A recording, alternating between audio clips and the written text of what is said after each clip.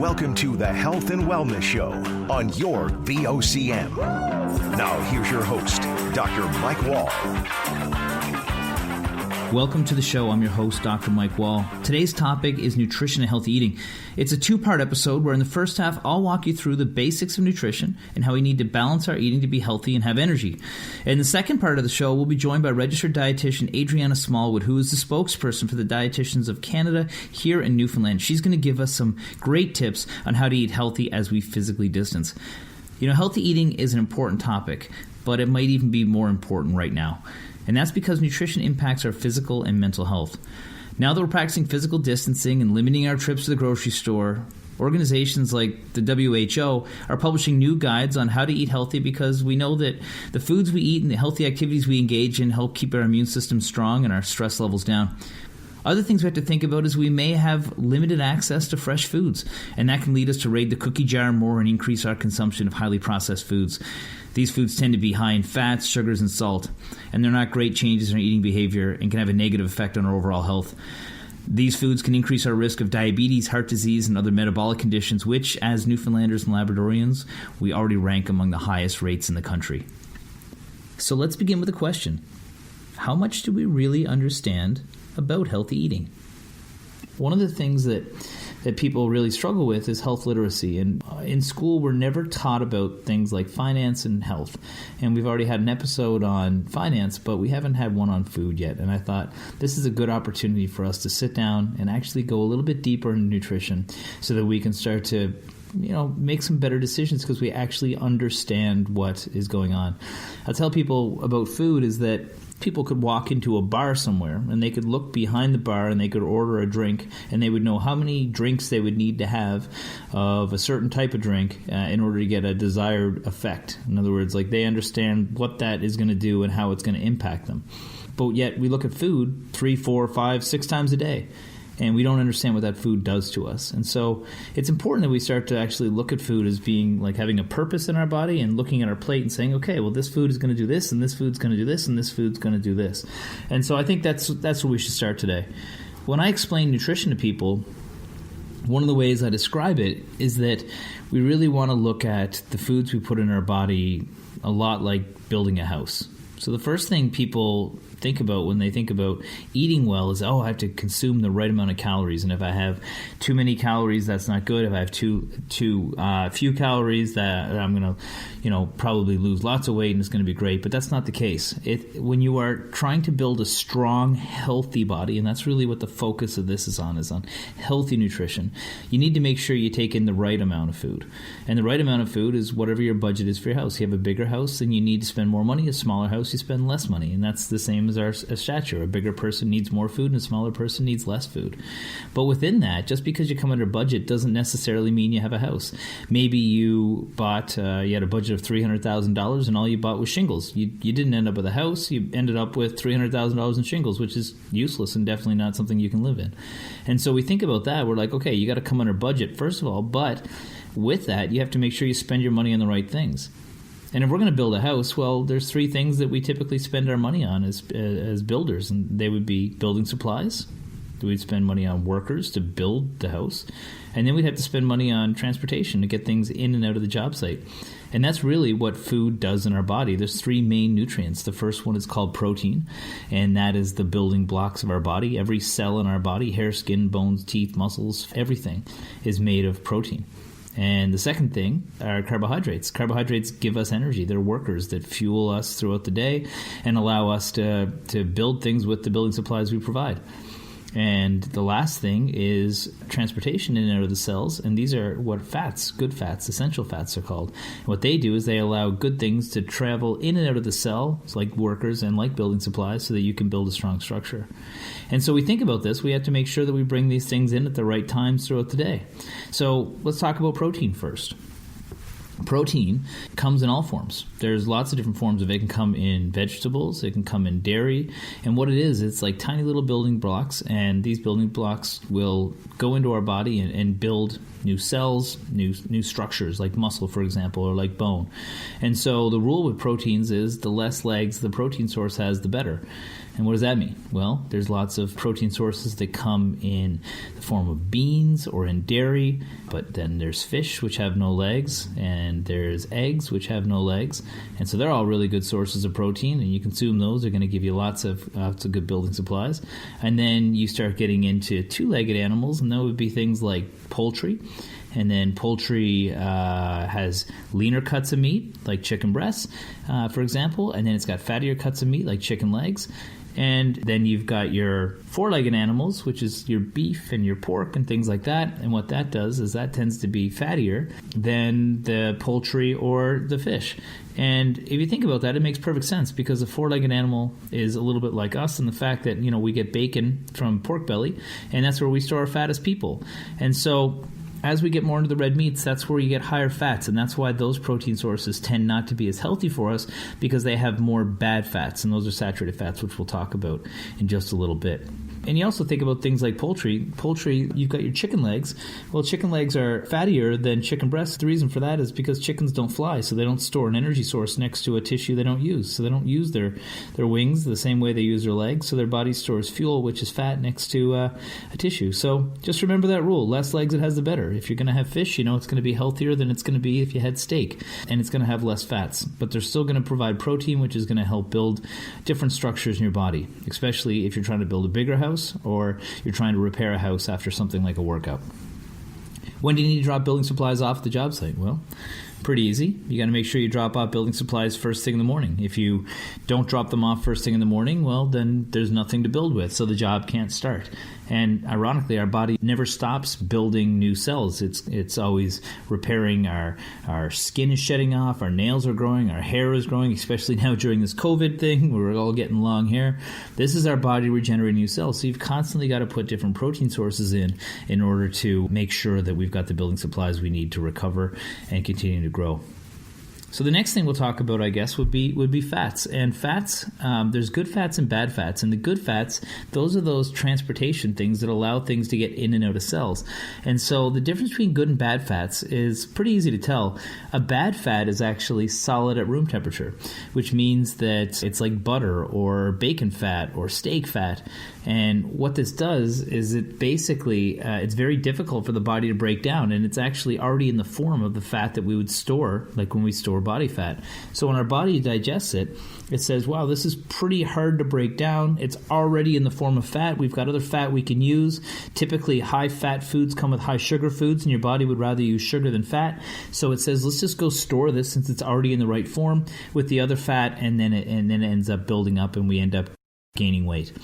Good fats, on the other hand, they're liquid at room temperature. So there's things like olive oil or fish oil, or if you have natural peanut butter, it's that type of oil that's on the top of the natural peanut butter. And what this is because it's liquid, it means it's different than saturated fat, which means it's easier to break down. And our body basically takes this and it's used to help surround the cells with a healthy fat layer, which allows things to conduct in and out.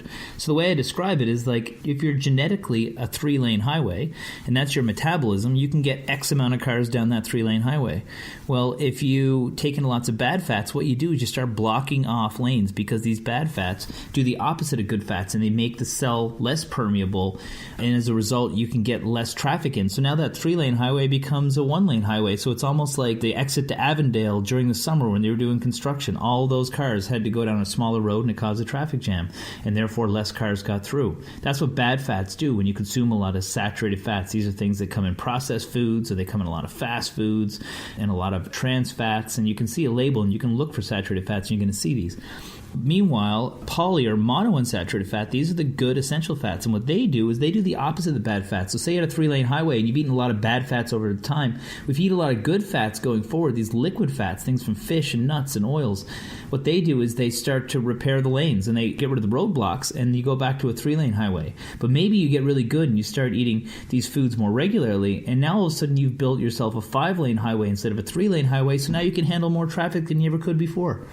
Well, that's important because now that allows more traffic to get in and out of the cell. This increases our metabolism and then allows a better construction project to occur because there's not as many traffic jams coming in and out of the cell.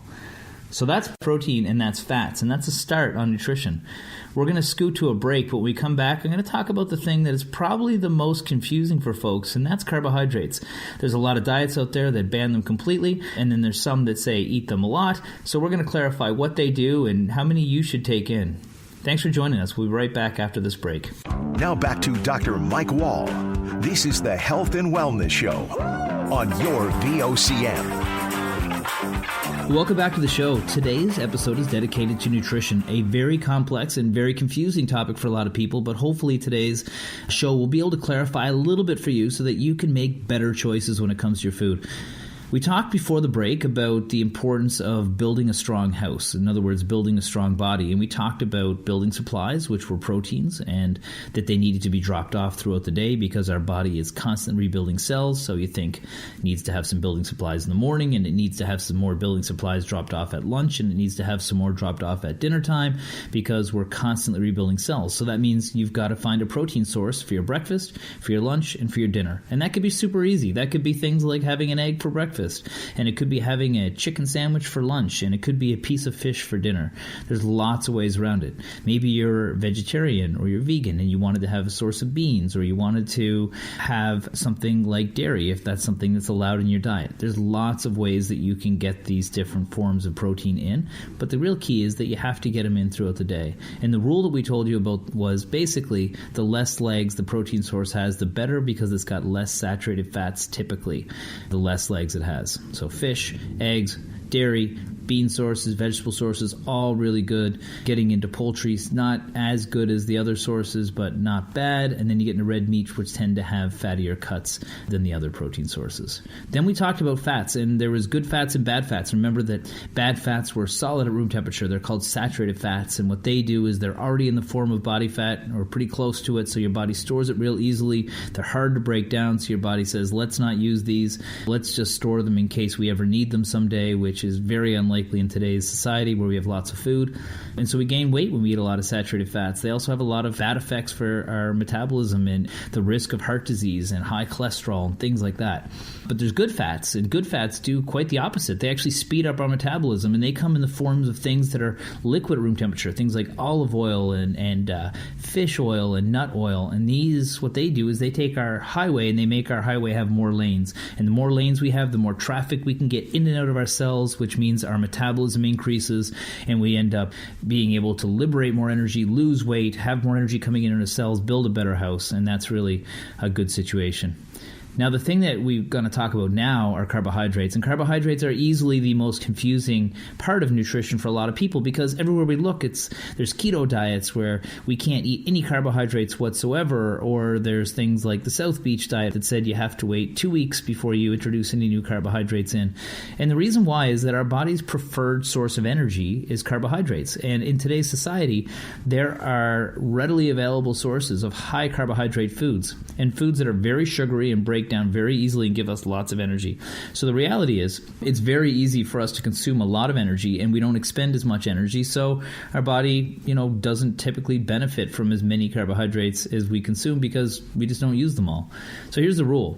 Carbohydrates come in two major forms if you were to break it down in the simplest of forms. And we could get really complicated with this, but I've learned that, it's real easy to keep it simple. And so we'll break it down in two forms. There's sugars, and then there's complex carbohydrates. And the difference between the two is that they have the same amount of calories. So if you look at a label, for example, and you looked at a handful of jelly beans and you looked at an apple, you may find that they have very similar grams of carbohydrates between the two and similar amount of calories.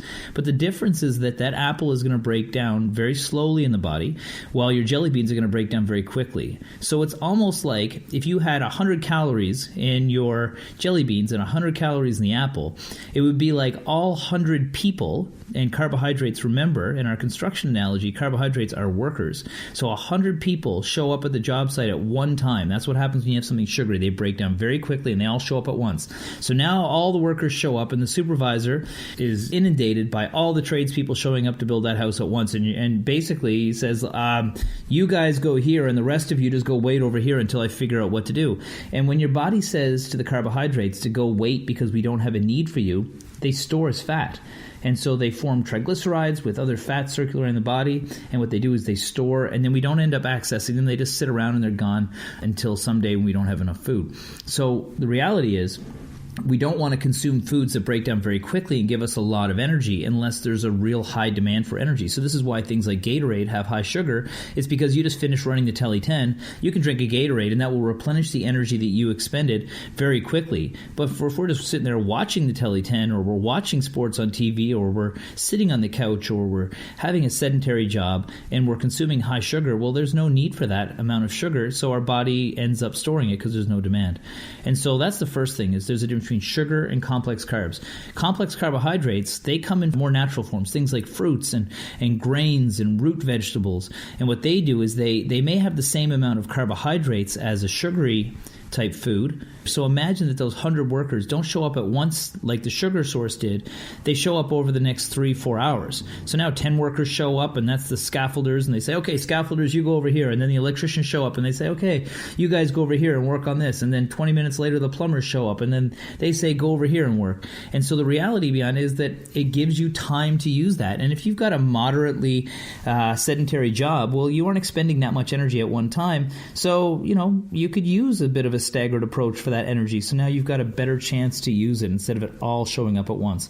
And that's the difference. So ultimately, our body needs to have carbohydrates to function. Our brain loves carbohydrates. That's the preferred energy source. So these restrictive diets that take out all carbohydrates, one of the things I would recommend you do is don't jump to that level first.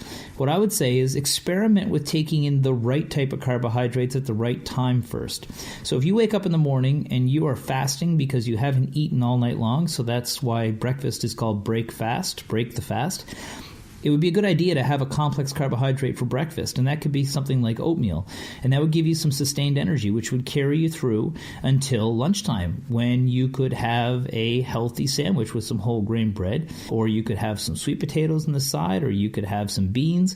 There's any number of sources you could find. You could be a piece of fruit, for example, and then when supper time rolls around, instead of having no carbohydrates throughout the day and then having a really big meal at the end of the day, I would have another small serving of carbohydrates. Maybe you have some peas, maybe you have a small potato, maybe you have a ton of vegetables, because vegetables have a very small amount of carbohydrates. And what this does is it gives you energy and workers throughout the course of the day. So if you think about your job site again, let's go back to those analogies. So we wanted to drop off building supplies first thing in the morning, and again at lunchtime, and then again at supper time, because we want to make sure that we've always got building supplies to replenish those cells that are always being rebuilt. We wanted to make sure the roads were open by having good fat, so we had a good fat first thing in the morning and at lunch, and then again at supper time.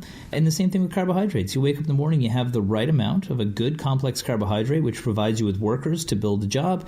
At lunchtime, you put a little bit more in, and then at supper time, you put a few more in. Maybe you don't put as many at the end of the day because you're about to go to sleep out of it, and you've already had all your activity for the day, so maybe you have a little bit less because you don't need as many workers when the job's about to wind down. But ultimately, you still need to put some energy in throughout the day. And so that could be something as simple as for breakfast, you have an egg with some toast, which is your carbohydrate for your toast, and that egg is your protein, and you put some peanut butter on that toast, which actually has some good fats and a little bit more protein.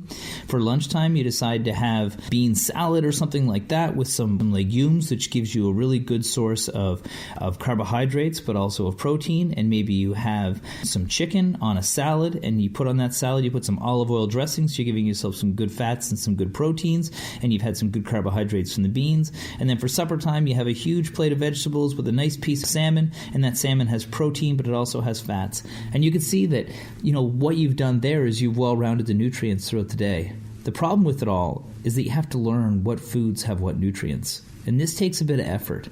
There's no one that can do this for you. And so what I'd recommend for most people is really be cognizant over the next little while. We have tons of time on our hands to teach ourselves something new. And we can teach ourselves a skill that would be valuable to have for the rest of our lives, and that is understanding what the foods we're eating do.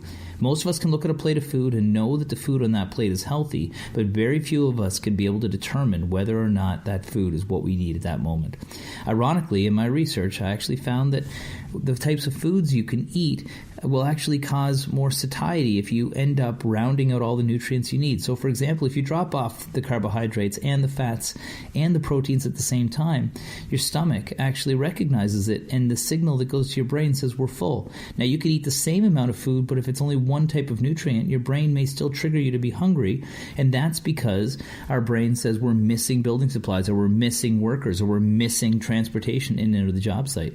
And so when you look at your plate, look at it and say, do I have a protein source? Do I have a carbohydrate source? Do I have a good fat on this plate?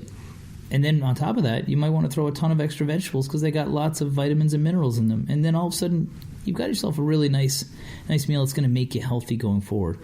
And if you can start to take that approach and be able to understand the effects of these different nutrients in our body, you'll be able to make better choices, and you'll be able to say, look, I've caused more damage to my body because I started exercising. I might need more protein, or I might need more energy. Or I've been eating lots of saturated fat for a long time. I'm going to start choosing good fats. Instead of chips, I'm going to have some nuts. And that's going to be a better choice for me. And so that empowerment is something I would encourage people to start learning about the foods, reading labels, understanding what those labels mean, finding foods that you like, looking at recipes that work for you and your family. And as a result, you may end up finding that you've got a much more well-rounded approach towards nutrition. So that's some pretty basic information on nutrition. But after the break, we're going to be joined by Registered Dietitian Adrianna Smallwood. She is the spokesperson for the Deititians of Canada here in Newfoundland and Labrador. She'll walk us through some specific healthy eating tips during this COVID-19 pandemic, and also take us through Canada's new food guide, which was recently revamped in 2019. We'll be right back after the break. Now back to Dr. Mike Wall. This is the Health and Wellness Show on your VOCM. Welcome back. I'm here with Adrianna Smallwood. She's a regional spokesperson for Deititians of Canada, a board member of the St. John's chapter of the Celiac Association. She also was the founder of Newfound Balance, a dietetics counseling company here in Newfoundland. Welcome to the show. Thank you so much for having me, Mike. All right. Maybe the first thing we can talk about is, what is the difference between a dietitian and a nutritionist? That's an awesome question, and I love when people ask that. So a dietitian has to go through 4 years of schooling, and they have to get their undergraduate degree in nutrition or biochemistry nutrition, depending on where they're doing their program. Then it's followed usually about a year, sometimes more, sometimes a little bit less, in a healthcare facility. I myself did my year in Eastern Health. So you go through your clinical practices. So you might spend 2 weeks in one area, 4 weeks in another. So you get about a year of clinical experience. And then you have to write a national exam. And every year after that, you have to get about 15 education credits. So you have to maintain your education and make sure that you're doing that, and renew your license every single year. And it's also a protected title. And a protected title is something like if a person's a nurse or a doctor, nobody else can call themselves that except them. So a dietitian actually is a protected title, whereas a nutritionist isn't. So anybody can call themselves a nutritionist. They don't really need to, go to school for it or do anything like that. So there's a little bit of a difference there. A little bit of education has to go into becoming a dietitian and not necessarily a nutritionist. Right. Well, you're the right person to talk to then. That's good. I hope so. Yeah. Well, there are some specific challenges that people are facing around the COVID-19 pandemic. There's increased food insecurity. There's a lack of access to fresh produce, and people are having trouble grocery shopping, so they go once a week, if at most. So, what are the key things people should keep in mind when they're looking at their eating habits? Yeah, this has been a huge spotlight that's been shone, especially on Newfoundland coming out of our state of emergency. We were already very food insecure, right. And I talk to people about this a lot. It's really important to eat fresh produce and fresh food, obviously, but, there's nothing wrong with, canned or frozen foods either. So usually I suggest to people, stock up for your week or 2 weeks if you're going to the grocery store. And actually, it's probably beneficial that way. I mean, I myself, I find I'm spending less money at the grocery store because I used to go every second day, and now we're only going every week and a half, I would say. So, get your fresh produce, but stock up on frozen and canned. Where we're on an island, about 80% of our food is actually imported. So if you think about, fruit and vegetables, right from the moment it is picked from the ground or from a tree or from a bush, it starts to degrade in its nutritional quality. So if we're getting things shipped here, first it's going by, train or truck, then it's going by boat, and then it's got to go back on a truck again to get trucked across the province. So you can see that, the nutritional quality is probably degraded from the first time. And now if we're shopping local, I know there's a huge push now for local farmers, and that's been going great. That's much different. The nutritional quality of fresh produce within our province would be much higher. But fresh, is just as healthy for us on an island as frozen and canned, because it's picked, it's blanched, which means it's dipped very quickly in boiling water to get rid of those enzymes that's going to break it down, and it's flash frozen. So it's actually, frozen and stored at the peak of its nutritional quality. So, I always grab canned and frozen goods when they're on sale and stock it in my fridge and deep freeze for just that reason, because, towards the end of the week when your fresh produce and everything like that starts to wane, you can use frozen fruit for smoothies or blend it up in muffins or pancakes, different things like that, or you can use frozen and canned veggies in stir fries and other things. So, it's just as healthy, and a lot of times it's easier on your pocketbook to get frozen and canned produce. It is, and it's funny because you can make a lot of different things. You can cook batches at one point and have meals for the rest of the week. So those things make it much easier. So that's like some vegetables and some fruit. We talked earlier in the show, I was explaining some proteins, carbohydrates, and healthy fats. Are there certain things people should look at in their pantry to make sure that they've got a balance of the different nutrients they need? Absolutely. Again, stocking up on canned beans, peas, lentils, or dried beans, peas, and lentils, any kind of fish, canned, salmon, tuna, sardines. I just make sure that people are buying things that are packaged in water or their own juices, because, you can really increase the amount of sodium you're getting if you're picking something up that's like packaged in brine. So, keep a stock of, tuna, beans. I always suggest to people, and it's much easier. I say a can of beans is probably about 3 servings of protein, and that's a lot cheaper. A can of beans is a lot cheaper than a steak, and especially here, I've noticed in the last couple of weeks in particular, the meat aisle, the fresh meat aisle it's a little bit, like you're saying, we're not having as much access. So, canned beans, canned fish are definitely extremely healthy options. And Canada's new food guide put a big push on eating more plant-based proteins, and it would even be, it's within the realm of that. So it's a lot easier on your pocketbook. It's healthier for you because it's still a great source of protein. The other thing I wanted to mention too, talking about food security, is that Food First NL. They have a website, and on their website, they have a list of all the community food programs in Newfoundland and what they're doing right now. If they're offering food, if they're offering a monthly hamper.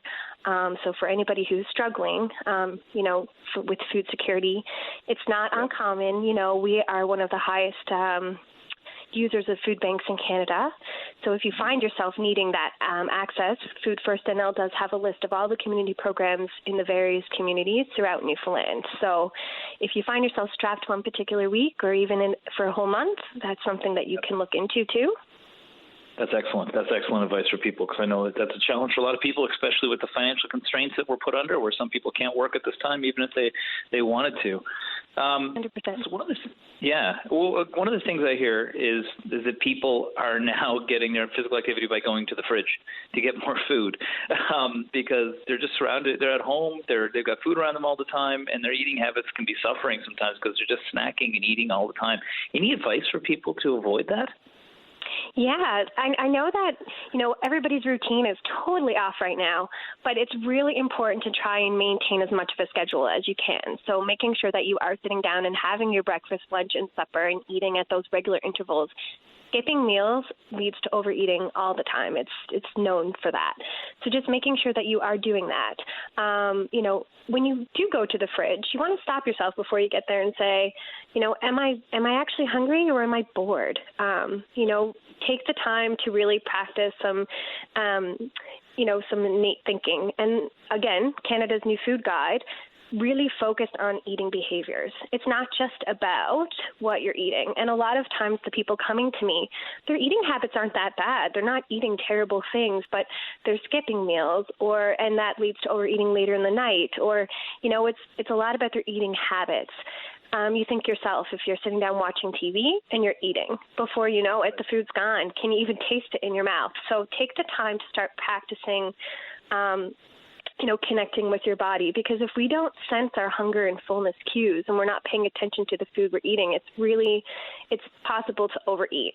And it's the same thing with going to the fridge. A lot of times we're bored. So try and pick up a new, some kind of a new habit or something that keeps your hands and minds engaged. There's lots of great exercise programs too online that you can do. The weather's been good the last couple of days. Try and get outside. So exercise really helps with that kind of stuff too. So it's not just, like I said, about the food. It's more about the habits surrounding that and really connecting with your mind and your body and thinking about that part. Like, am I hungry or am I bored? So a lot of the times it's that we're bored. Yeah, people confuse thirst and hunger a lot too. The weight of your stomach can dictate satiety as well. So maybe that's just a good chance to skip the fridge, go over to the tap and get a glass of water instead, which people probably don't drink enough water as is, right? Absolutely. And a lot of times when we're tired, we drink coffee, but we think that we're not eating enough. But a lot of times it's because we are dehydrated. Dehydration causes tiredness and exhaustion as well. Right. Okay. Well, that's a good thing. Okay. So what about somebody who is living by themselves? Okay. So it's tough to prepare meals for one person. Any advice there for folks? Oh, 100%. This is a great time for everybody, not just single individuals. And there's a lot of them, whether, you're a younger student or an older person who has lost their significant other. You could take this time to practice batch cooking. So we're all really busy, and that's one thing I think that this whole situation has taught us. We're all stopped in our tracks right now, and we realize how busy we are. And again, like I said, it's not just about what you're eating, it's about your habits, right? So take the time to stock up your fridge. You don't have to eat everything that you make in one setting. So throw on that extra chicken breast and freeze it so that you don't have to cook. When this is all over, you could have a whole fridge full of soups and chili and muffins, healthy muffins or granola bars or what have you that you can have to lean on in those extra busy times. So think of it as a benefit. And it is hard to cook for one, but think of it that way. Always cook extra anyways and freeze it. And then, it doesn't matter if we have all this time on our hands. We don't have to be spending it cooking all the time. So you're actually helping yourself. Yeah. Spend the time to cook something great and then just make multiple dishes of it so you can revisit it whenever you want. Exactly. Well, that's great advice so far. We're going to take a little break, but we'll be right back. We're here with Adrianna Smallwood. She's the regional media spokesperson for Deititians of Canada. Now back to Dr. Mike Wall. This is the Health and Wellness Show on your VOCM. Welcome back to the show. I'm here with Adrianna Smallwood. She's the regional media spokesperson for Deititians of Canada. She's also a member of the St. John's chapter of the Celiac Association and founder of Newfoundland Balanced Dietetics Counseling here in Newfoundland. Welcome again to the show.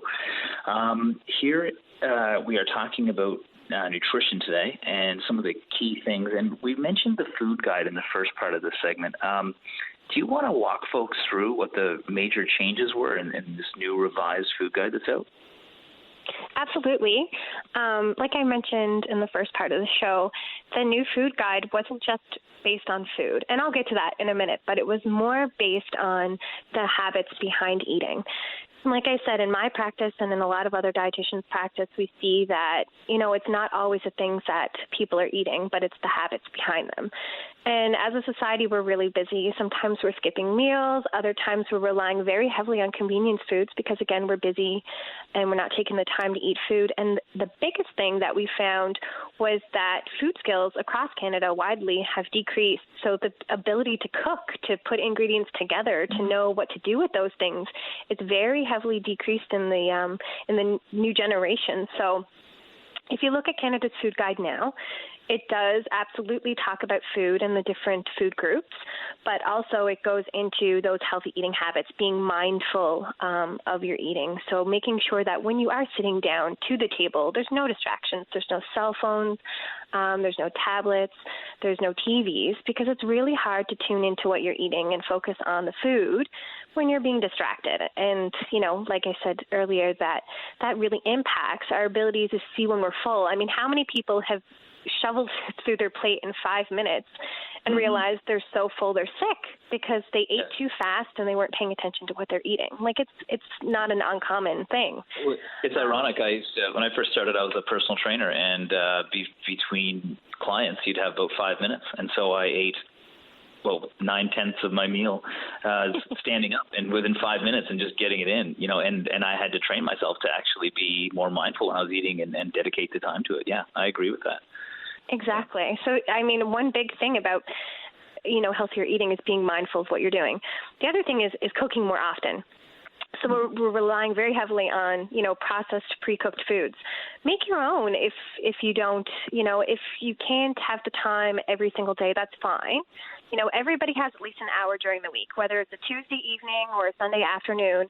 You have an hour where you can sit there and you can chop a few veggies, you can clean some fruit, you can put it in little containers in the fridge, make a space in your fridge or dedicate a crisper to your snack foods. So cut up some cheese for crackers or wash your veggies and portion them out. Get your quarter cup measure. A quarter cup of nuts or seeds is equal to a serving. Get your quarter cup measure, make your own trail mix, pour it in those little snack-sized Ziploc baggies, put it in the cupboard in a little area that you can designate for snack things. It might seem like not very much time, but in an hour you can prep enough stuff that it definitely makes a huge impact in the rest of your week.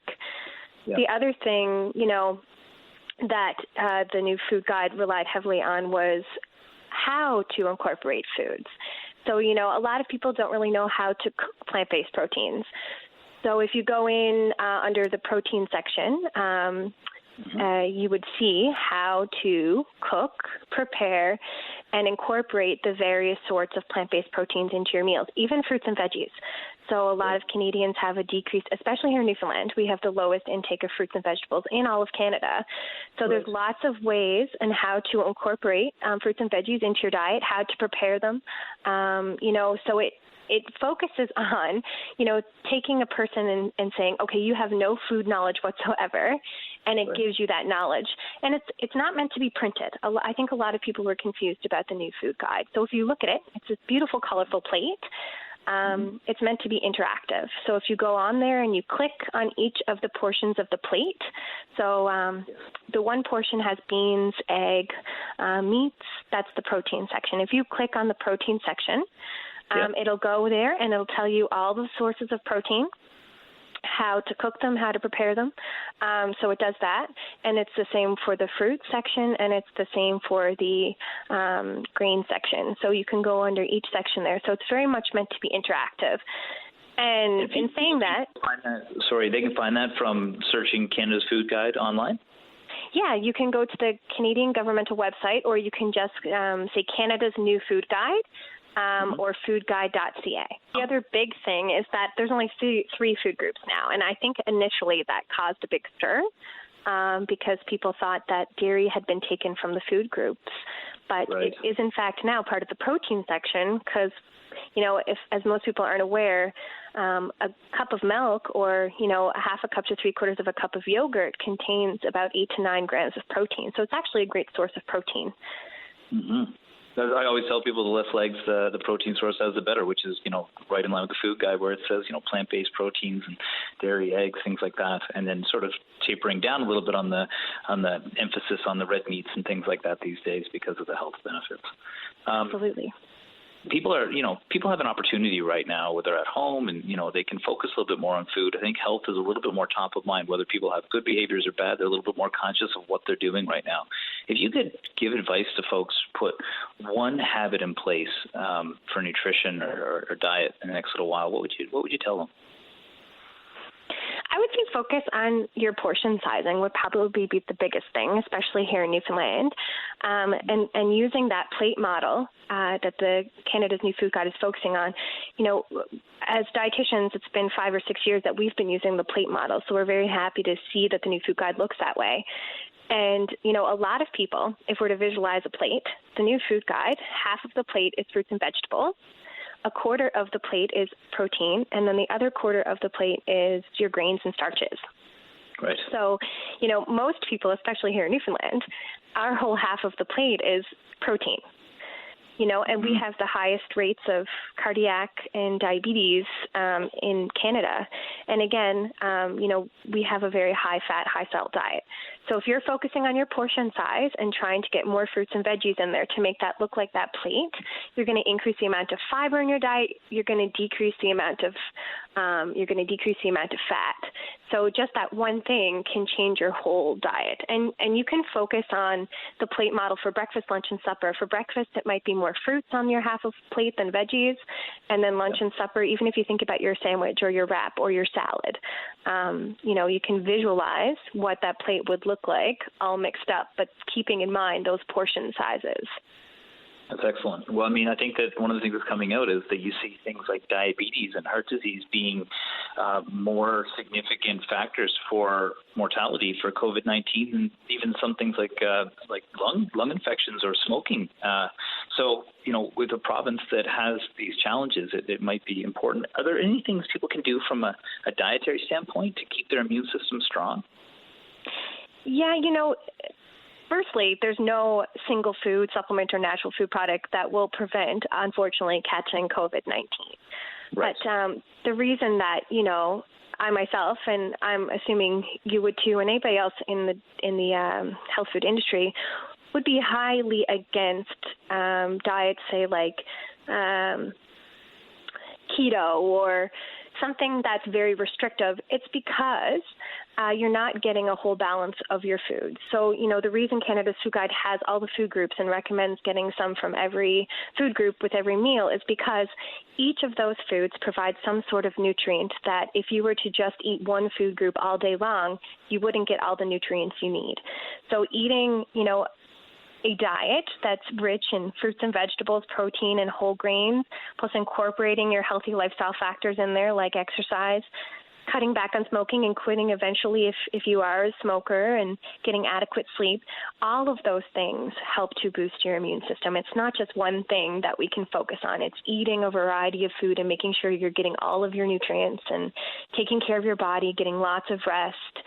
And, the other thing, a huge thing, there's a huge mental health component to this whole COVID thing that's, going on right now because, people have their cycles have been totally disrupted. And there's so many mental health services that are available right now. So don't be afraid to avail of those. And, food is the only comfort that's normal and stable right now, I would say. The food that's in our house and our regular meals and the foods that we enjoy, that's probably the only stability in most people's lives. So give yourself some slack too. If you're going to go have a chocolate bar, don't get down on yourself for doing that. We do have comfort food and for a reason. Now, if it becomes something that you're doing multiple times a day, that can add up. But don't be afraid to, indulge in your comfort food, a couple times a week. Yeah, 80%'s an A. You can still get 20% wrong sometimes, and you're still on the honor roll. I think that, it's a coping mechanism for people sometimes, and you can find healthy ways around that. But once in a while, a treat is just a treat, right? So exactly. And if you do find it being a problem, you can reach out to a dietitian. The 811 Health Line has a dietitian now, so you can talk to somebody for free and get all kinds of great information there for free. That's awesome. Well, we're going to wrap up here soon, but how can people reach you if they need some advice? You can reach me through my website at newfoundbalance.com. There's lots of other great resources too, like dietitians.ca. unlockfood.ca. The province of British Columbia has a great health line. They have lots of great information on their website. And like I mentioned, the 811 Health Line, there is a dietitian there that works Monday to Friday. And if you're on the weekend and you're busy, they also have an email that you can reach them by that they'll get back to you during Monday to Friday. So you can reach them either by phone or email. And also dietitians.ca has a Find a Dietitian app. So, there are multiple dietitians within St. John's, Newfoundland, and you can go in there and you can see what they specialize in to see if it's something that you can, focus on. Excellent. Well, thank you so much for joining us today. Really appreciate all of your great advice. Thank you so much. You stay safe. You too. Well, that was Adrianna Smallwood. She's the regional media spokesperson for the Deititians of Canada. That's today's show, folks. Hope you learned something new. we'll check in with you again, same time next week.